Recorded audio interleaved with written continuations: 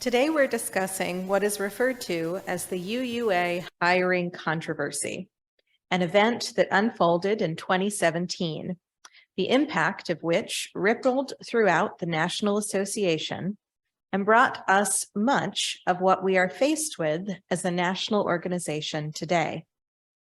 I began delving into the specifics of this controversy in an effort to understand the modern history and present-day context of Unitarian Universalism in America. As we are nearing closer to a special meeting where we will consider adopting the eighth principle in our congregation, I am eager to understand the context from which the proposed principle arose, while deepening my understanding of the role of the UUA in determining the culture of modern-day Unitarian Universalism. It is my understanding that history, especially when we are ignorant to it or fail to understand the why of events that occur, will only repeat itself. The instigators and actors may have different names and slightly different motivations, but human society seems to carry ingrained tendencies, which, when left unexamined, we are vulnerable to, unless we take a proactive approach to understanding where we have come from, where we are now, and with a solid plan of where we hope to go. In March of 2017, during an ingathering of a program called Finding Our Way Home, a now disaffiliated program for UUs of color, news broke that yet another white man had been hired as a member of UUA regional staff. The regional staff lead position went to a white man who did not live nor planned to move to the states that the regional team oversaw. His hiring meant that 100% of UUA leadership of congregational staff was white and overwhelmingly male. In attendance at Finding Our Way Home was Christina Riviera, a well-qualified religious educator who is now a UU minister, who had been a finalist, one of two finalists, her and this man who was hired, for the position that was now filled by yet another white person.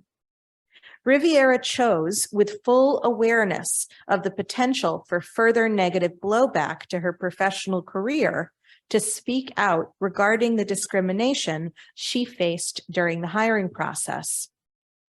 I'll unpack more of her words in a moment. In an email to UUA staffers, the president of the UUA at the time of the incident, Peter Morales, called the controversy a distraction from what he proclaimed was the actual deeper issue, namely that the membership within UU congregations remains overwhelmingly white.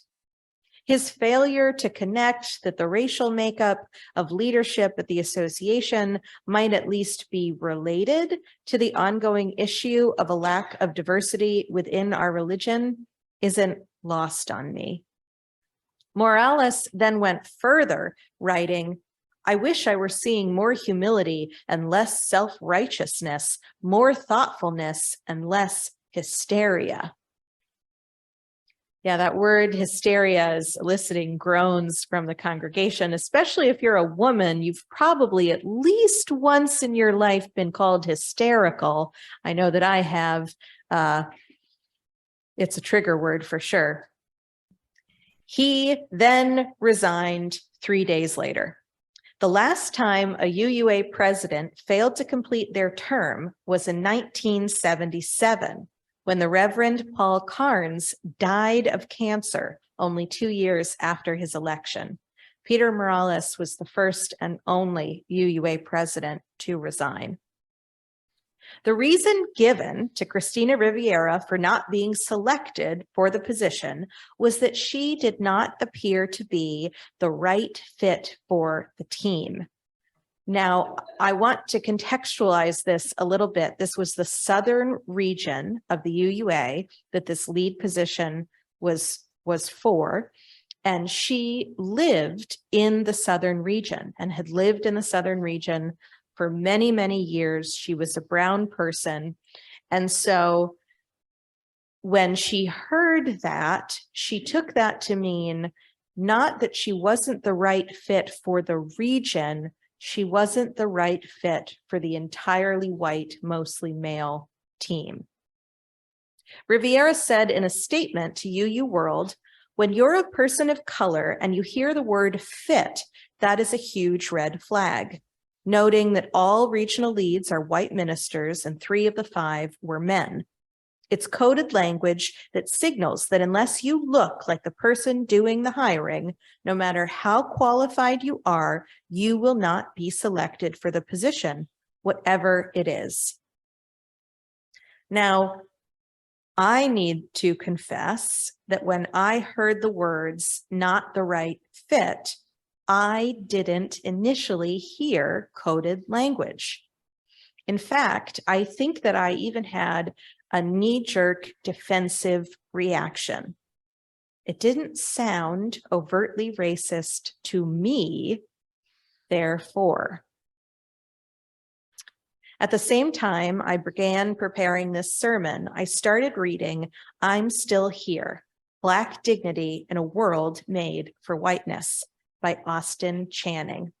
Austin Channing is a Black woman. You might have immediately pictured a man, and in the first few pages of her book, she explains that her parents wanted to give her a token when it came to living in a racist world. They intentionally gave her a name more typical for white boys. The intro of her book recounts her employment history. Often, Channing would find herself in the final round of interviews, only to be facing a panel of white faces, astonished that they had offered an interview to a Black woman. She then goes on to describe hearing time and time again, "You're just not the right fit." Like Riviera, Channing explains this phrase as a racist dog whistle, a way of saying white is what we are looking for, without saying anything that is fodder for a lawsuit. This strange feeling came over me as I read Channing's words. I think it was probably shame.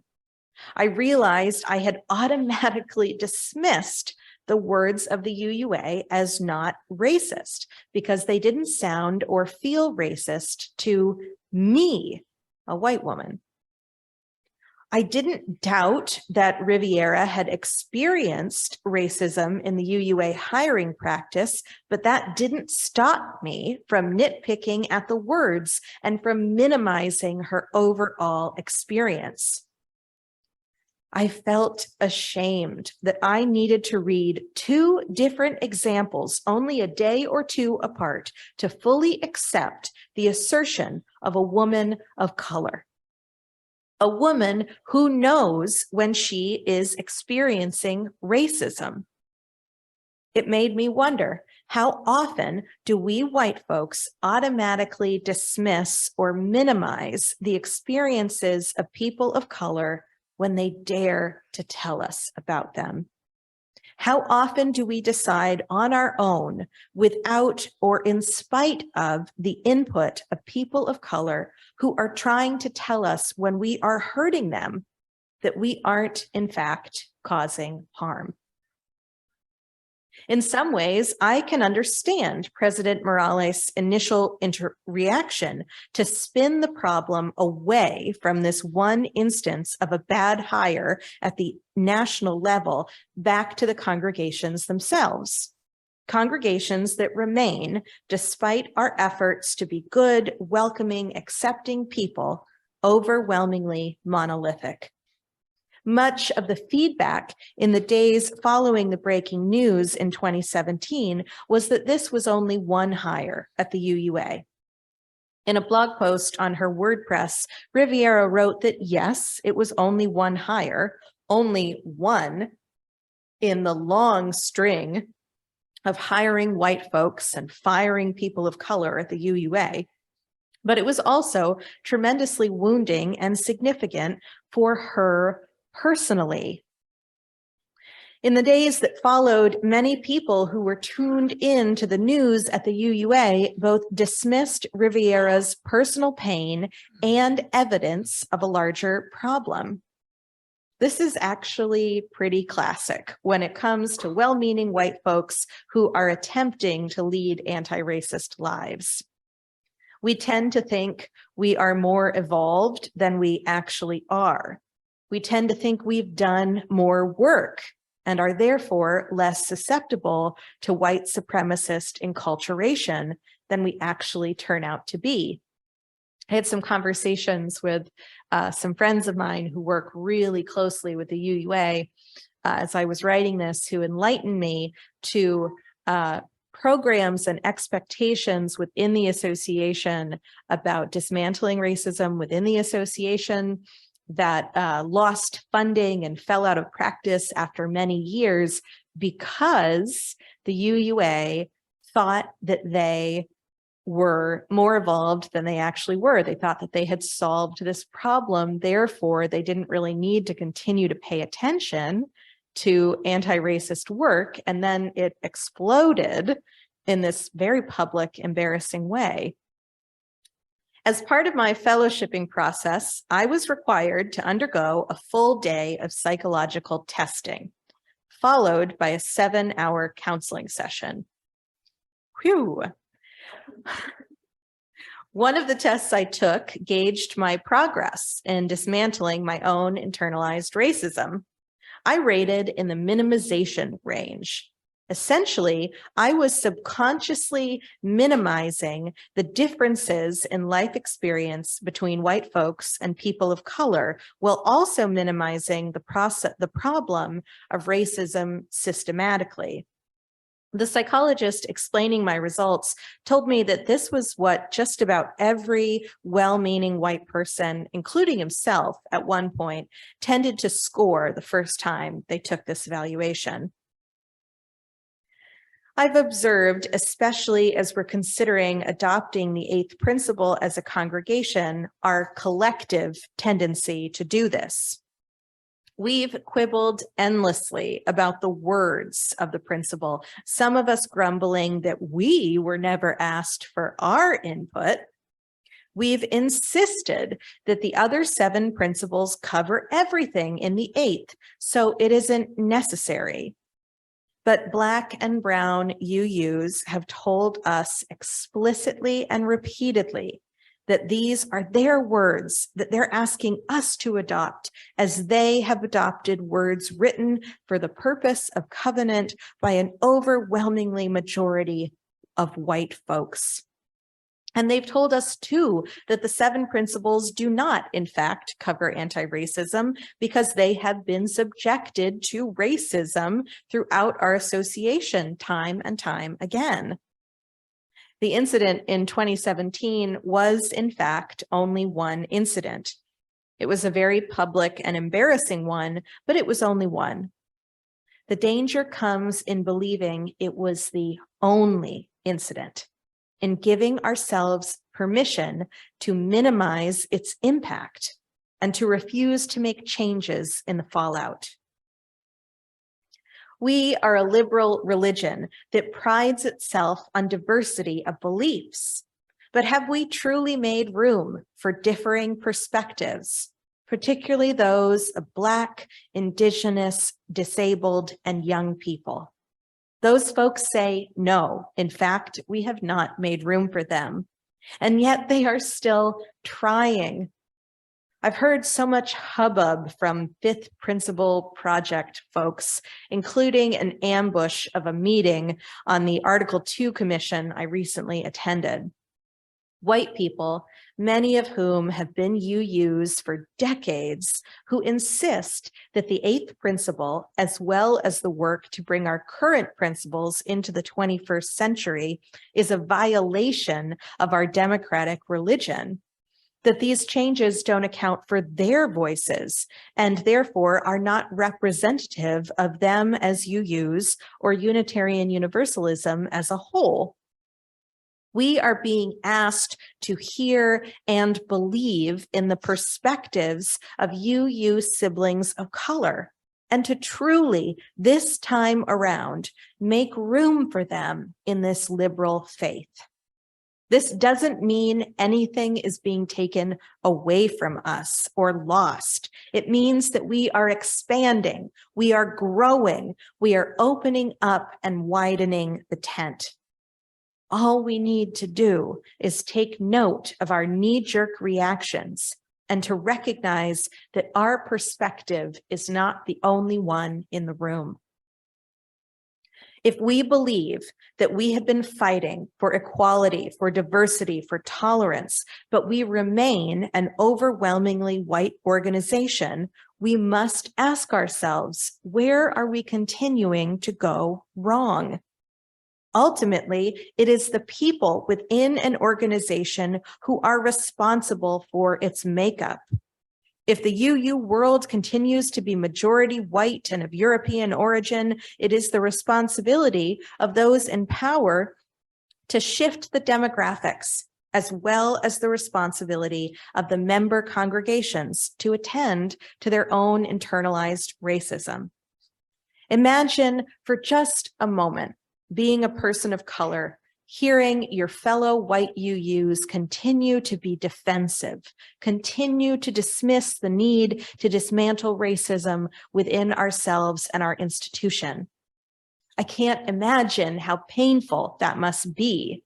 I can't imagine how much strength it takes to remain in a religion that continues to break your heart.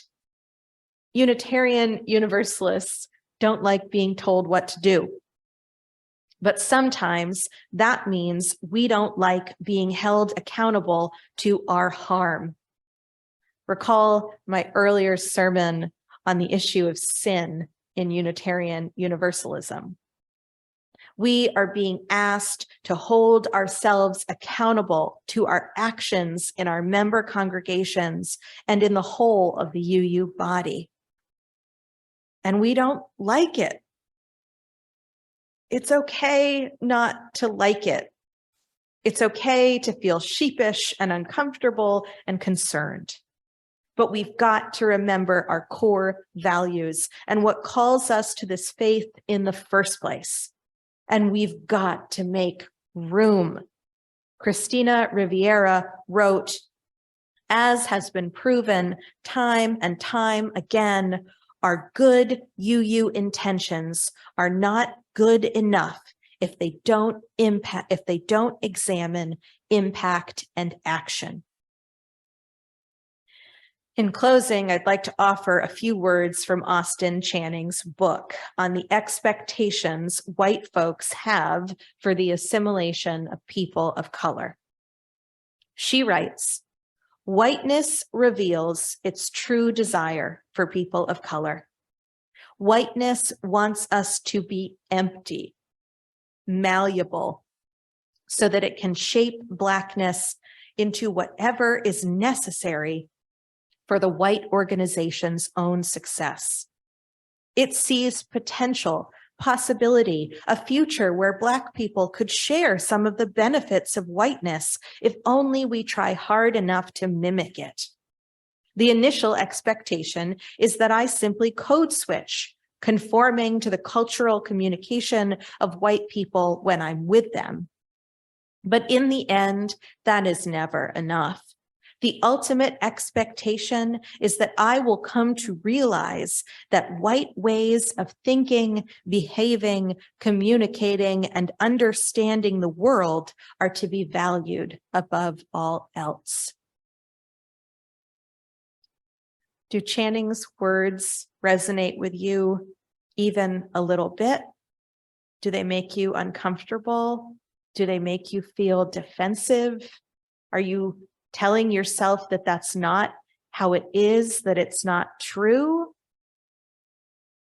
If that's the reaction you're having, I invite you to sit with it and to listen to what Austin Channing is saying and to believe her. Is it possible we are asking people of color to assimilate to our white liberal religion? To me, it very much seems like we might be. It very much seems like Cristina Riviera wasn't properly assimilated in 2017. And it very much seems to me that the eighth principle, which might mess up our banners, isn't properly assimilated at present. And that makes me feel really, really bad. Because I want, as the eighth principle states, a truly diverse, multicultural, beloved community. I don't believe, not for a moment, that white culture which dominates and permeates everything, is the best or only way to be. I desire more for our association, for our congregation, and for each and every one of us. Let's start to listen, and let's learn to listen well. May it be so, because we make it so. Amen, and blessed be.